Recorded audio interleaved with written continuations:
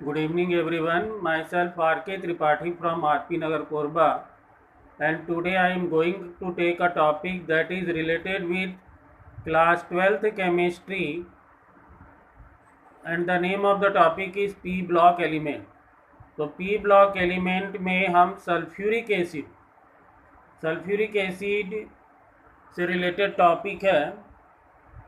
Corona pandemic के कारण कुछ कोर्स रिड्यूस हो गया है, इसलिए सल्फ्यूरिक एसिड का प्रिपरेशन नहीं है कोर्स में, केवल प्रॉपर्टीज़ और यूजेज हैं। देखिए प्रॉपर्टीज़ में sulphuric acid is a colourless dense oily liquid with a specific gravity of 1.84 at 298 K. तो पहला प्रॉपर्टी क्या मिल गया कि कलरलेस होता है, दूसरा इसकी स्पेसिफिक ग्रेविटी 1.84 होता है 298 के में। इसका फ्रीजिंग पॉइंट है 283 केल्विन और बॉइलिंग पॉइंट है 611 केल्विन। इसको वाटर में जब डिज़ोल्व करते हैं तो बहुत ज़्यादा हीट निकलता है, इसलिए सल्फ्यूरिक एसिड को कभी भी सल्फ्यूरिक एसिड में वाटर डिज़ोल्व नहीं करते हैं, वाटर में सल्फ्यूरिक एसिड डिज़ोल्व करते हैं। तो ये इसके तीसरी प्रॉपर्टी हो गई। अब इसके बाद इसमें केमिकल प्रॉपर्टीज़ इसकी चालू होगी। तो यहाँ पर देखिए जो सल्फ्यूरिक एसिड का केमिकल रिएक्शन वो 2 स्टेप में होता है, मतलब आयोनाइजेशन 2 स्टेप में होता है। क्यों होता है ये यहाँ पर दिया गया। The chemical reaction of sulphuric acid are as a result of the following characteristics. ये लो वॉलेटिलिटी, मतलब कि इसमें जल्दी से भाप नहीं बनता है। स्ट्रॉन्ग एसिडिक कैरेक्टर, इसका एसिडिक कैरेक्टर बहुत स्ट्रॉन्ग होता है। Strong affinity for water, water के लिए आकर्षण बहुत ज़्यादा होता है, मतलब वाटर में सॉल्युबल होता है। Ability to act as an oxidising agent, oxidising agent के समान काम करता है।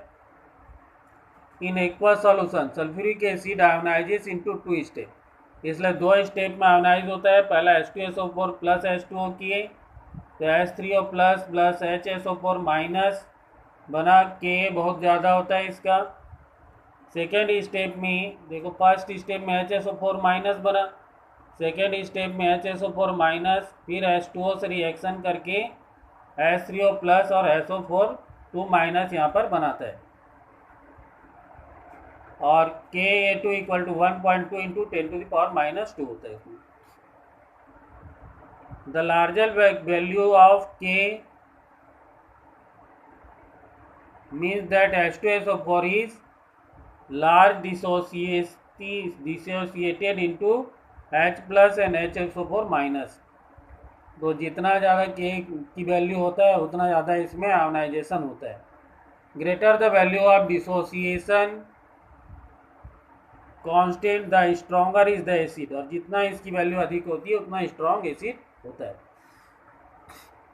The acid forms 2 series of salts, normal sulphate such as sodium sulfate and copper sulfate, and acid sulfate, sodium hydrogen sulfate।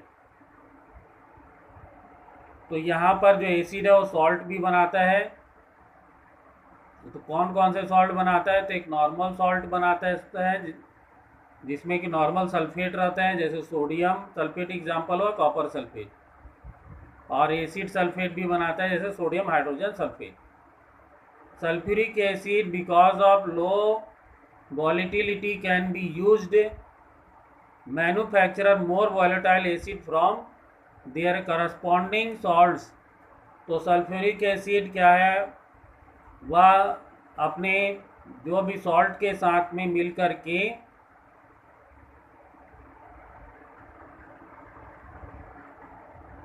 Sulphuric acid because of low volatility can be used manufacture more volatile acid, मतलब acid बनाने के काम आता है।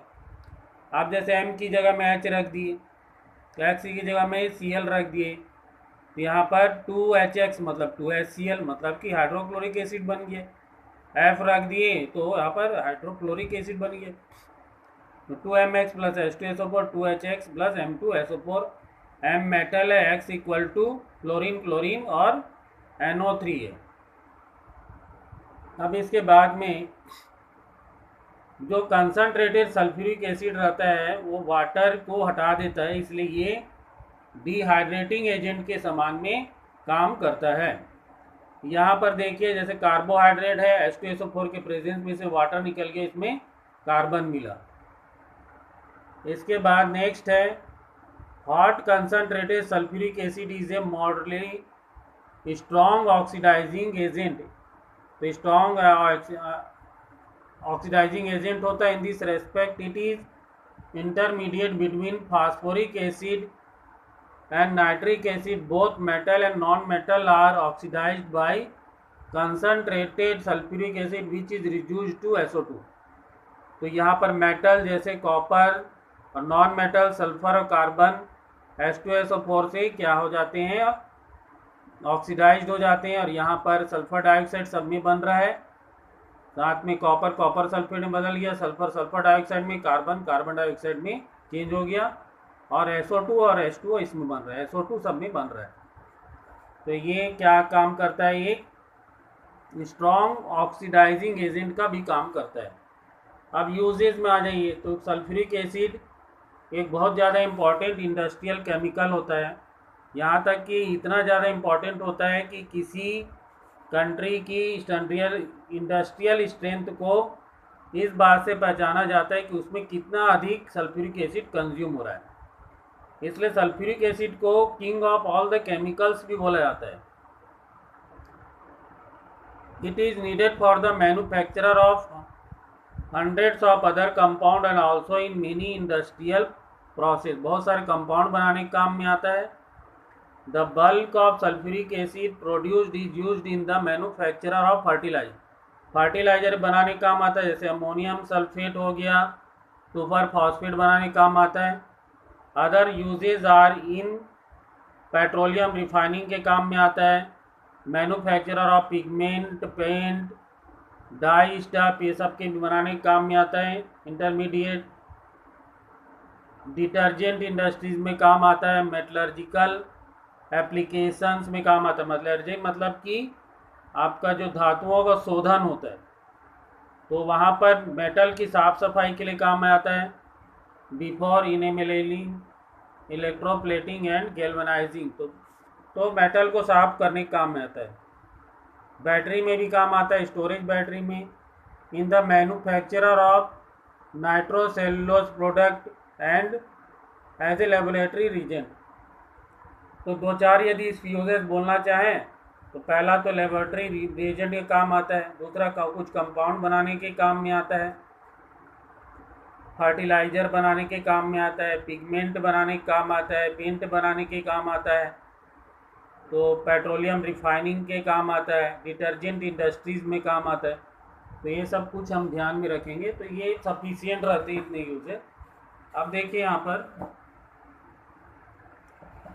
Next, यहाँ पर एक example दिया है व्हाट हैपेंस वाला, उसका आंसर भी दिया हुआ है और इसको आप देख लीजिएगा NCERT से सीधा ही। Concentrated H2SO4 is added to calcium fluoride. यहाँ पर CaF2 plus H2SO4 CaSO4 plus 2HF बना है। SO3 पास्ड थ्रू वाटर, तो SO3 प्लस H2 H2SO4 बनता है। इसके बाद दो इन टेक्स्ट क्वेश्चन है, इन टेक्स्ट क्वेश्चन 3 है, इसको आप लोग रेफरेंस बुक से पढ़ लीजिएगा। अब इसके बाद आ जाइए ग्रुप 17।